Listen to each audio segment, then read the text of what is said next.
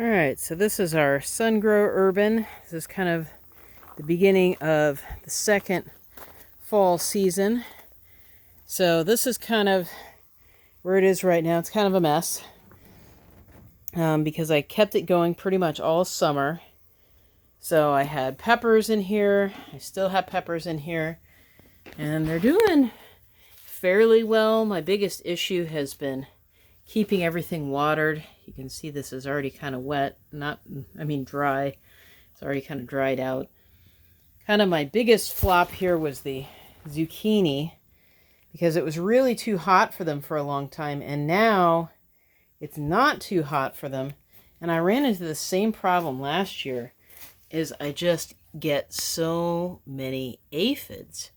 Because basically all the beneficial insects have gone to bed because it's almost October.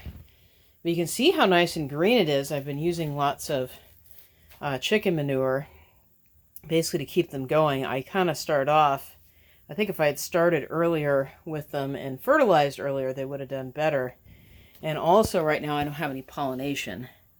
So I may want to try it again with a parthenocarpic variety. So it'll actually produce on its own without any pollinators. But I'm probably going to rip this guy out. I ripped the one next to it out.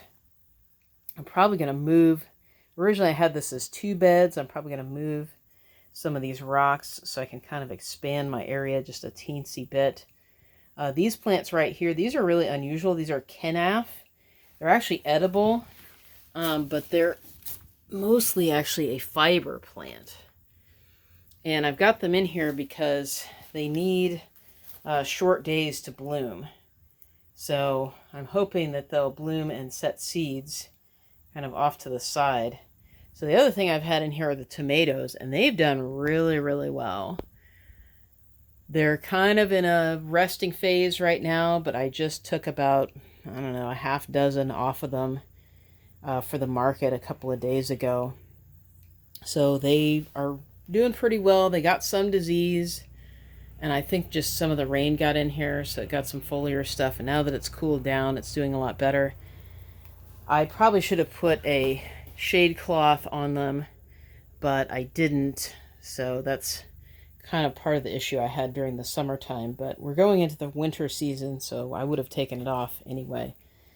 So I'm probably going to work on this spot right here, rip out this zucchini because I don't think it's going to go anywhere more than where it is. And I'm probably going to put in turnips, radishes, and maybe some cabbage.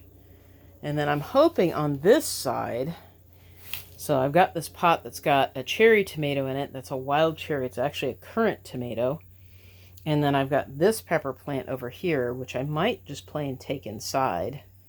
Because if the temperature even dips a little bit below freezing, I'm going to be hosed. So my plan is to hopefully put a table right here so I can put a bunch more pots up on this side. Because there's a lot of space in this greenhouse that I'm not using right now.